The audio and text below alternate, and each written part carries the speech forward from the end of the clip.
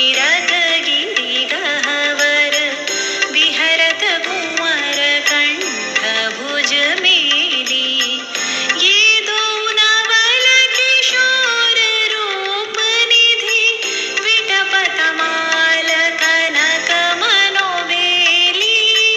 अधर अदन चुंबन परिरंभन तन पुलकित आनंद रस झेली।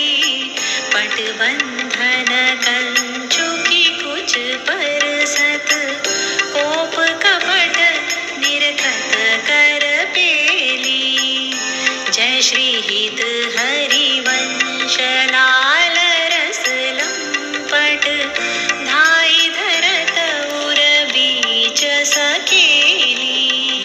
परम कृपालवे श्री सद्गुरु भगवते नमो नमः। इस पद में हित सखी युगल सरकार की केली का वर्णन सखियों से करती हुई कह रही हैं कि हे सखी, श्री राधा और उनके प्रियतम की केली को तो ज़रा देखो। ये सुकुमार श्रीवन की गलियों और गिरी गुफाओं में गलबैयाँ दिए हुए विहार कर रहे हैं। ये दोनों तो रूप की निधि हैं।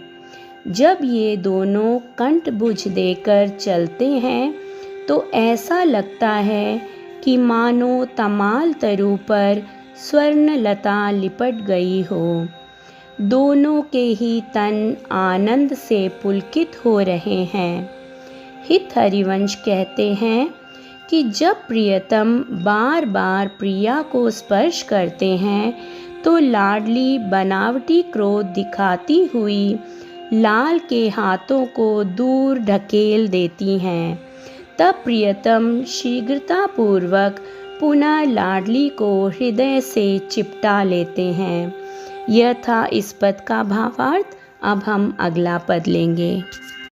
नागरी नवल नागर किशोर मिली कुंज कोमल कमल दलन से रची। गौर सांवल अंग रुचिरता पर मिले सरस मणि नील मनो मृदुल कंचन कची। सूरत नीली निबंध हेतु प्रिय मानिनी प्रिया के भोजनी में कलह मोहन मची। सुमद श्रीफल उरज पानी पर सत रोष ओंकार गर्भ दृग भंगी भामिनी लची। कोक कोटिक रभस रहसि हरिवंश हित विविध कल माधुरी किमपि नाहिन बची।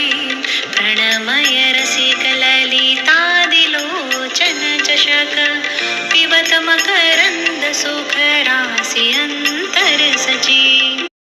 आज प्रिया प्रियतम स्वयं अपने हाथों से कोमल शैया रचकर उसमें विराजमान हो जाते हैं।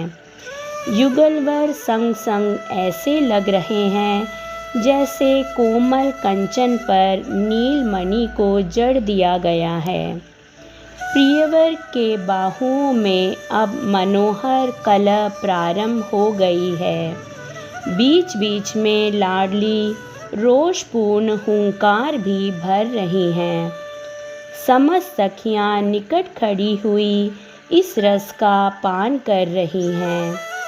नेत्रों से मानो ये सखियां इस रस को अपने हृदय में भरती जा रही हैं।